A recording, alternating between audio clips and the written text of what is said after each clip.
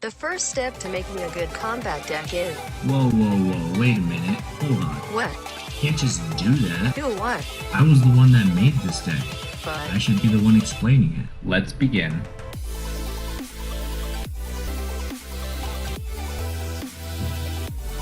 So first things first, attributes. Alright, so 14 strength, 20 vitality, 20 endurance, and 12 will. So each of these are going to scale differently. For Windfall specifically, dexterity is going to scale the best. There's a lot of attacks that use dexterity over strength.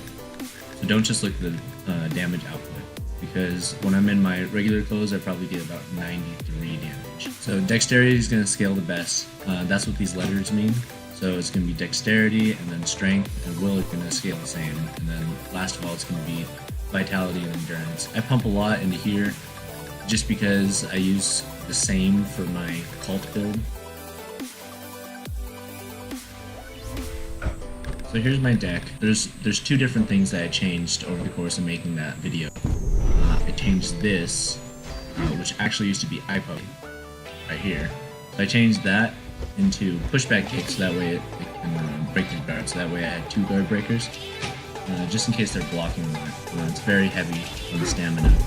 And then over here, this used to be Drunk Crane, but I kept being swept out by low attacks, so I changed it to Rising Kick, just because Rising Kick allows me to completely make a vertical. So if they're low, mid, or high, if this hits first, then they're going to grab them. So right here, you're going to have a 6-hit combo. It's going to go from this string into this one, and that's going to be my fastest combo right here. So starting with this one's going to be a double tap that's going to stop all the charged attacks. It's also pretty unpredictable. If you didn't want to do this one, you can chain it right into this, which is also pretty unpredictable. You want to alternate from high to low, typically, which will throw them off. So this goes high, mid, low, low, high, high. Handstand kick is a very good attack for finishing a move, because you're going to go down and it'll put you in the back stance, so that way you can back up manually. The string is a hit and run away string right here. The 6. This one up here, this one's going to be very damaging. This hook is a horizontal, the spin kick is a horizontal, and then this one's rust to the midsection. This kick throws off timing very well. A lot of people, they either absorb, parry, or dodge way sooner than they need to, and this will throw off their timing. Windfall, originally coming from the Orate. It was refined by the Adel Empire Masters, who integrated tension arts within, allowing for better use of tension shards. So, improves mainly dexterity. Ability is a void. Voids and slows down the attack. What Windfall does exactly is it allows you to dodge high attacks, low attacks, thrusts, and verticals. The problem is you have 4 directions, as opposed to Forsaken that has 2 directions. Cult has 1 direction. So Cult's absorb, you can absorb anywhere. Forsaken, you have to either go left or right. But for Windfall, you have to check to see if they're doing a vertical attack, which then you can dodge either left or right, or if they're doing high attacks, such as like sidekick, then you have to dodge down. Most jump attacks are going to be high attacks. Most punches are also going to be high attacks. And then things for like sweeps and low attacks, such as ankle stop, you can jump. But the thing that separates this from the other ones is it slows down the attacker. It slows them down enough that you're able to start your combo after you successfully dodge one of their attacks.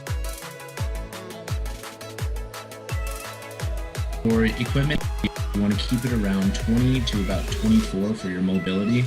But right now I have a 2.1, 0.9, 1.3, 3.4, 1, 1.4. And a 1.5. This allows me to keep my damage at about 100.3. The more armor you have on, the less damage you will do. Heavier armor does not affect attack speed. Heavier armor does affect stamina though. Anyways, That's for protection. For weapons, I typically use war gloves. This is a very good war gloves, just because it has very high durability and swords can't pierce through it. So high durability, it's a 2 cost as well. It's impact, which means that you can't slice through their guard like you can with swords. But that's okay, because the only time I use this is when they pull out a sword, because I typically don't use weapons, and most of the time my war gloves deck is going to be the same as my regular deck. So yeah, so that's for weapons. And then for my powers, I have Shockwave. Shockwave is an amazing ability. I use it to combo break, I use it to stop people from healing, I use it to gain stamina. It's also used as a stun. It's a very good attack.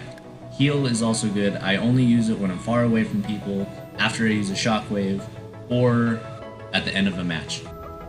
So yeah. For the tips and tricks, we're going to go over 4 things. We're going to go over gold linking, backwards dodging, how to feint, and the fastest way to gain school XP. Okay, so first of all, we're going to have gold linking. So gold linking is this.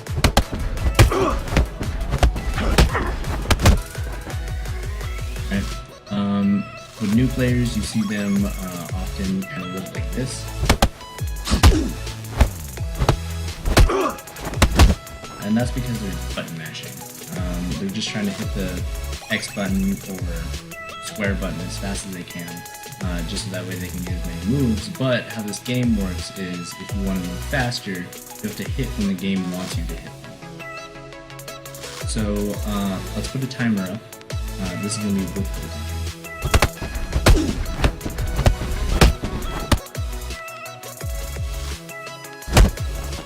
Okay, and then this is going to be without gold.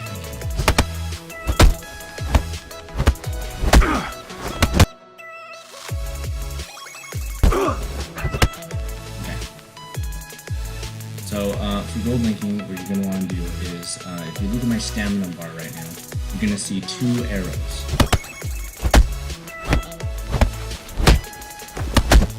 So if you hit the second bar between those 2 arrows, you'll be able to gold link. Or it's pretty much after you hit the guy, you can go into your next move.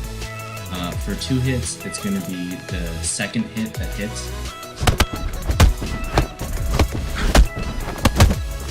Or you can see that after you do 1 move, your guy will turn yellow. If you attack during that yellow, you'll also gold link. So next up, we have backwards dodging. So with a lot of new people, you'll see them manually try and dodge out of moves instead of using their move sets, just like this. And they look like this.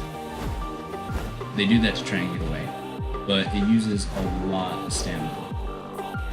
So if you're trying to get away, just because you need to heal or something, you want to switch to one of your back stances. Either one of these back stances will work. And you'll actually go twice as far as if you're back dodging like this. Front dodging backwards, and then back dodging backwards. A lot more distance. Alright, next up we have feinting. Feinting is going to be this move that you cancel. So what feinting does is it actually avoids the next move. That way you can continue your combo. It's mainly used as a mind game. You want to use this for higher level players. If you use it on newer players, you usually just spam the attack button and they're able to hit you once you feint. So an example of this would be this. So you guys know that my combo is actually that. But if they know that the high kick is coming, the spinning high kick is going to come, then they're going to try and dodge down, which then I will catch them with my vertical thrust, and I will do a lot of damage. So, just like that.